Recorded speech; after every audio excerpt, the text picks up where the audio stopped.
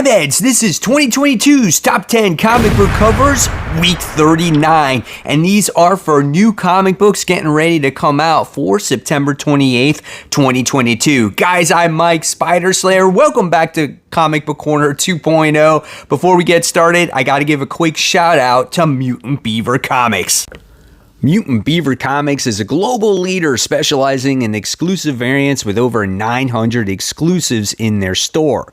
They ship worldwide on a daily basis. Their mandate is to offer the widest selection of exclusive variants on the planet, along with top-notch customer service. If you guys enter promo code Corner10, and not only can you save 10% on your first purchase, but every other purchase after that. So don't miss out on those exclusives. MutantBeaverComics.com. All right, guys, so this is the video series where week in, week out, you get to vote on your favorite comic book covers of the week. And by the time we get to the end of the year, it's as simple as that. You will get to vote on that final cover that gets that all-important title of comic book cover of the year. So let's jump into it. Let's close out week 38, and we have to find out the winner. And the winner wound up going to the Harley Quinn 30th anniversary issue done by Stanley Art Germ. It's that animated series cover.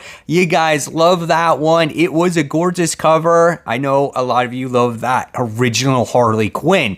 So it moves on to the next round. So let's get started now with number 10. And number 10 goes to Deathstroke Incorporated, issue 13, cover B done by Dexter Soy. This is the cardstock variant.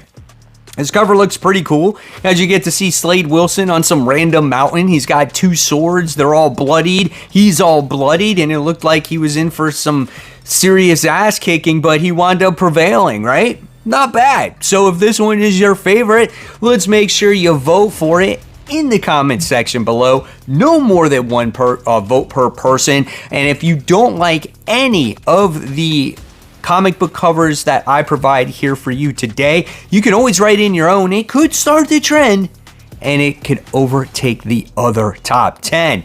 So here we go, guys. Moving on to number 9. This one is actually pretty cool. I like shit like this. This is DC Mech issue 3. Cover B done by Dan Mora. This is the cardstock variant. This is pretty cool, as you get to see Wonder Woman's mech, and it gives you like a sketch or a detail of what the mech has.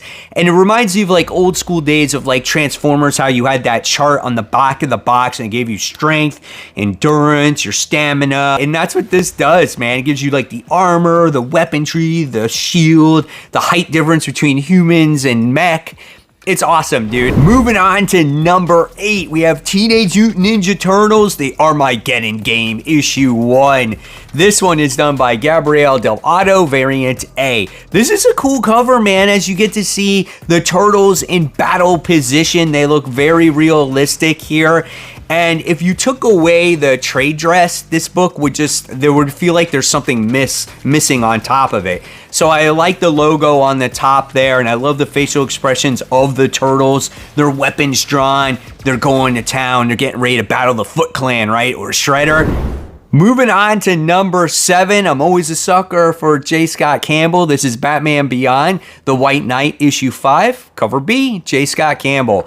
Love this picture. I think it is actually Harley. I don't think it was her daughter, but I love Harley here as she's sitting on some stone wall. I love that facial expression. She's got this gray suit with this hoodie on, new hammer. I love like whatever she's wearing around her thigh there. I don't know if it holds weapons or stuff like that.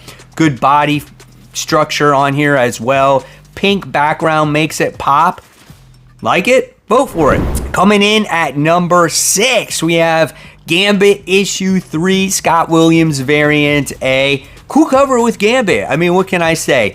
You get to see his face up close and personal, like that facial expression. Looks like he's getting ready to do some battle. What I love how he is using his mutant power to ignite the card so he can destroy the enemy. I thought that was pretty awesome. I love when books do like close-ups on the facial expression. Really brings the character to life here. All right, coming in at number 5. We have the Scorched issue 10, Cover B, done by Kevin Keane. This is awesome as you have Gunslinger Spawn just on top of all kinds of other people, and he's shooting that machine gun or rotary gun or whatever it's called. It's so cool. You get to see his eyes lighting up green. He's wearing his awesome hat. His cape is flying through the through the wind, and you got this moon in the background too. Awesome cover, man. You can never deny Gunslinger Spawn, one of the best characters of the year. Moving on to number 4, we have DC Horror presents Sergeant Rock versus the Army of the Dead. This is issue 1. This book looks like it's going to be a lot of fun as you get to see Sergeant Rock himself doing battle against which looks like the Army of the Dead. He's got his ammunition around his neck. He's firing his gun at all the zombies. He's against all odds. I love the detail that goes into the character as well. Looks great. If this one is your favorite, you know what you guys got to do. You got to vote for it in the top 3 now. Coming in at number 3, we have the Human Target, issue 7.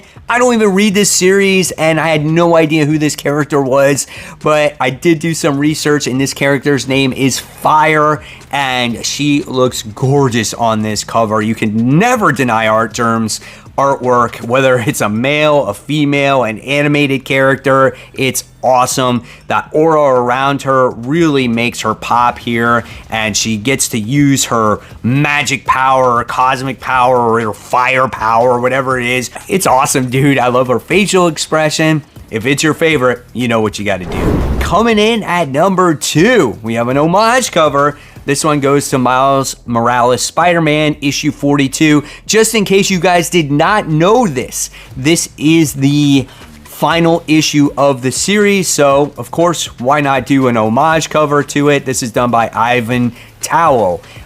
This one looks cool, man. I love it. I love the simplistic colors of just black and red and a little bit of white in there. And the red webs are not as extreme. They're just kind of a little bit more spread out and whatnot.